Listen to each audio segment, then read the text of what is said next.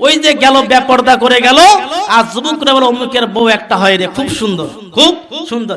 দেখবেন অবিকল স্বপ্নের ভেতরে গিয়ে সব আসে, কথা ঠিক না ব্যাটে?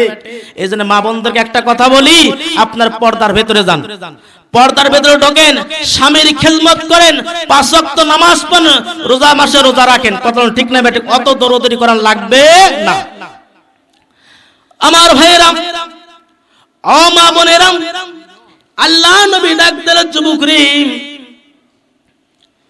তুমি তোমার স্ত্রীকে এত সকালে ভুলে গিয়েছো, তুমি কি জানো তোমার স্ত্রী সালাম দিয়েছে? সালাম নিলেন, নেওয়ার পরে এবার আল্লাহর নবীজি ডাক দেওয়ালে, তোমার স্ত্রীকে কি তুমি ক্ষমা করে দিয়েছো?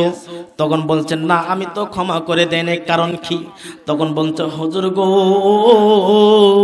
আমি আমার স্ত্রীকে ক্ষমা করে দেই নাই। আমার স্ত্রী সব সময় আমার বিরুদ্ধে চলে। আমি যদি বলে ডানে, ও যায় বামে, আমি যদি কই সোজা, ওই কয় বাগা, কথা ঠিক না বে ঠিক?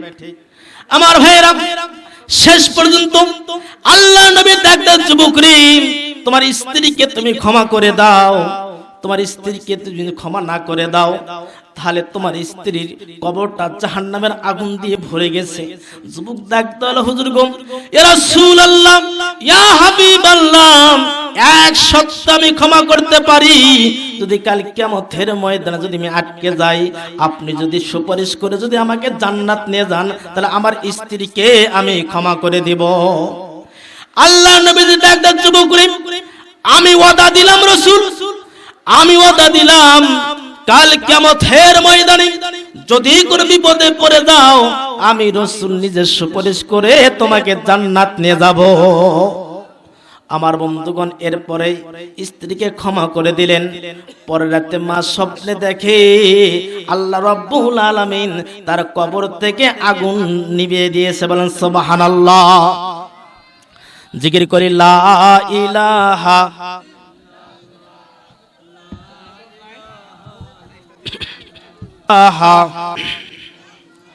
লা ইলাহা ইল্লাল্লাহ, লা ইলাহা। আমার বন্ধুগণ, কথা বলতে চাচ্ছি একটা কথা, সেটা হলো ততরূপ নমরুদ যেমন,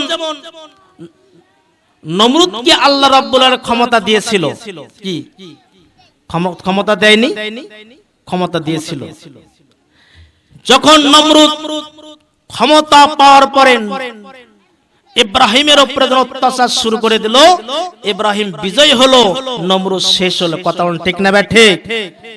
আমার বন্ধুগণ, ফিরআউনকে রাজত্ব দিয়েছিল, কিন্তু ফিরআউন যখন অত্যাচার শুরু করে দিল মুসার উপরে, মুসা ঠিকই পাস করলো, ফিরআউন কিন্তু ধ্বংস হয়ে গেল।